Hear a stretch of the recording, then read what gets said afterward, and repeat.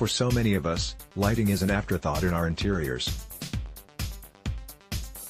This happens when you think of it as a utilitarian detail of the room, rather than something that adds aesthetic value. When it's done right, lighting is the unsung element that brings your design to the next level.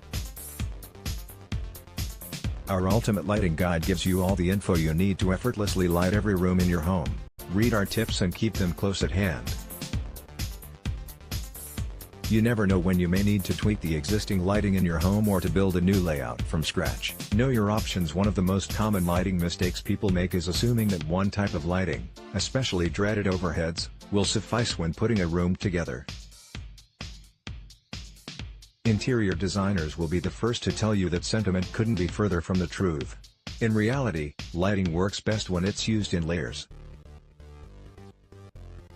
There are three main types of indoor lighting to consider and, ideally, each room will include all of them. There are, ambient, also known as general lighting. Ambient light fills the majority of the room and allows you to move around safely. It usually comes from recessed lighting, track lighting or wall-mounted fixtures. Accent lighting is used to highlight a particular focal point, such as a piece of wall art. Picture lights, wall-mounted fixtures or track lighting are common, and dimmers are often used on these features to provide mood lighting. Task, as the name suggests, task lights are used to assist you in completing a particular function. This could be anything from desk lamps to pendant lights that hang over a kitchen island. Let the room dictate the layout. Now that you know what your different lighting options are, it's time to decide how, and where, to place your light sources in each room. While this is ultimately a matter of personal preference, there are some standard layouts that work well. If you're unsure where to start, use these room-by-room guides as a source of inspiration. Entryway, start with a dramatic pendant light or chandelier overhead. Then, supplement with either a table or floor lamp. Living room, this is a good place to use track or recessed lighting throughout.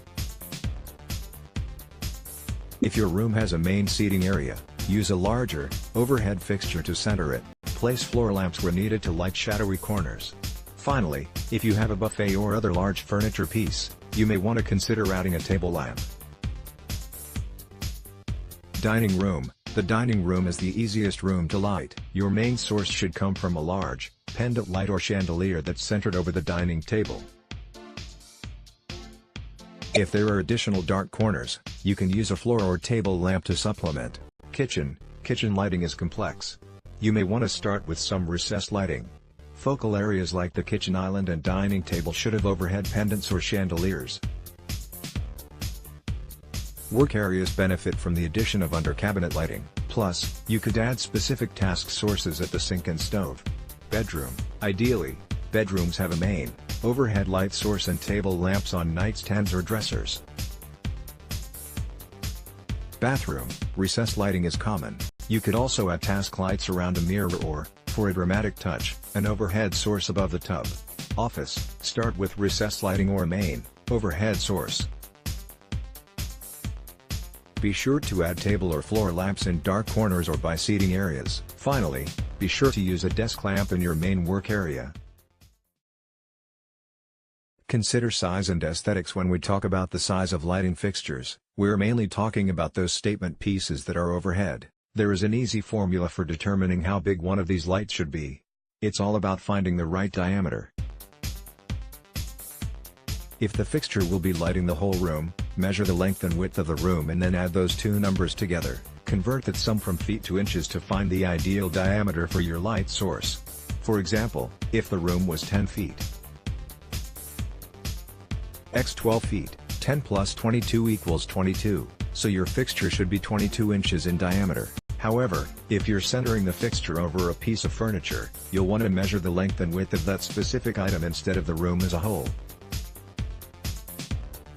As far as aesthetics are concerned, beauty is in the eye of the beholder.